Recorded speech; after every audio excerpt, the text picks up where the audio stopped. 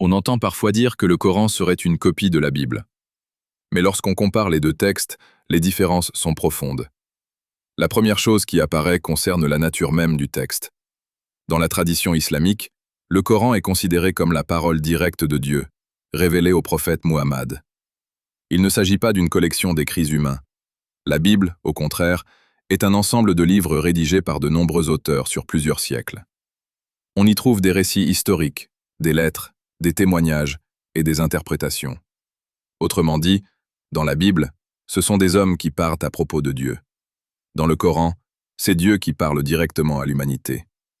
Cette différence se retrouve aussi dans la structure des textes. Le Coran est un livre unique. La Bible est une bibliothèque de livres, et selon les traditions religieuses, leur nombre varie. Il existe plusieurs versions bibliques avec des différences de canon. La transmission des textes montre également une différence importante. Dans la tradition islamique, le Coran est transmis sous une forme unique, récitée et mémorisée. La Bible repose sur de nombreux manuscrits anciens, copiés et transmis dans différentes langues. Les récits des prophètes présentent eux aussi des différences. Dans certains récits bibliques, des prophètes apparaissent dans des épisodes de faute morale. Noé est présenté comme ivre, Lot dans un épisode d'inceste, et d'autres figures sont décrites dans des situations moralement problématiques. Dans le Coran, ces récits n'apparaissent pas. Les prophètes y sont présentés comme des messagers dignes, chargés de transmettre la révélation et d'être des modèles pour les croyants. Les détails historiques des récits diffèrent également. Dans la Bible, l'histoire de Joseph se déroule sous un souverain appelé Pharaon. Dans le Coran, sourate Yusuf, ce souverain est appelé le roi. Le titre de Pharaon apparaît ensuite dans les récits liés à Moïse. Or, dans l'histoire de l'Égypte ancienne, l'usage du terme Pharaon comme titre royal s'est généralisé dans des périodes plus tardives. Le Coran distingue donc deux époques différentes. La figure de Jésus est également présentée différemment.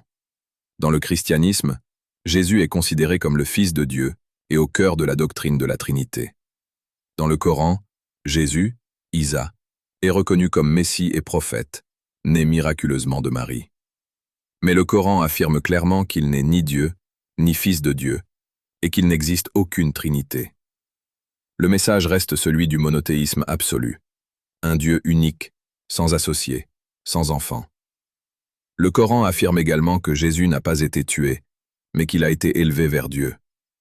Dans la tradition islamique, il reviendra à la fin des temps pour rétablir la justice. La place de Marie constitue également une différence remarquable. Dans le Coran, Marie, Mariam, occupe une place centrale. Une sourate entière du Coran porte son nom, la sourate Mariam. Elle est également la seule femme mentionnée explicitement par son nom dans tout le Coran, et elle y est présentée comme un modèle de foi et de pureté.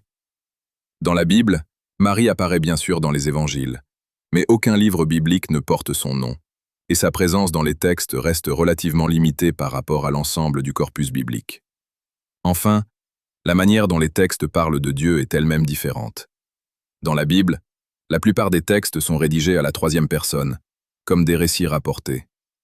Dans le Coran, le discours apparaît souvent à la première personne, comme une parole divine adressée directement aux hommes. Ainsi, même si certains personnages sont communs, les deux textes présentent des structures, des récits, et une manière de parler de Dieu très différente.